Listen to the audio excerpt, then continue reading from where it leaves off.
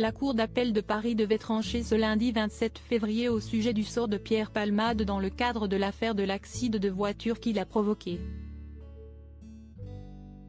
Une décision qui intervient alors que l'humoriste a été victime d'un AVC. Ce lundi 27 février à 11h30, la Cour d'appel de Paris s'est réunie pour rendre sa décision au sujet du sort de Pierre Palmade. Alors que l'humoriste est actuellement soigné à l'hôpital du Kremlin-Bicêtre après avoir été victime d'un AVC, la décision de son placement en liberté surveillée ou en détention a été remise entre les mains de la Chambre de l'instruction. Le parquet de Melun avait requis son placement en détention provisoire, le juge des libertés et de la détention, lui, en avait décidé autrement en demandant de le placer sous contrôle judiciaire avec un bracelet électronique. Le parquet de Melun avait alors décidé de faire appel de cette décision. Après un délibéré à huis clos, le comédien de 54 ans va finalement être placé en détention provisoire.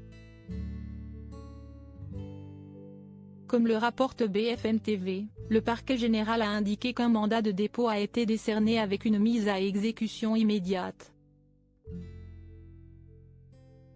Pierre Palmade en état d'être placé en détention provisoire? BFM TV explique que le procureur de Melun, qui est à l'origine de l'enquête, est désormais en charge d'exécuter la décision. La question est à présent de savoir si Pierre Palmade est en état d'être transféré ou pas en prison. Selon BFM TV, l'avocate de l'humoriste devrait certainement mettre en avant l'incompatibilité pour le moment de son état de santé avec une détention provisoire. Si est donc la TNT alors que la chaîne d'information rappelle que lors de l'affaire Balkany, Isabelle Balkany devait être incarcérée mais à l'époque, son état avait été jugé incompatible.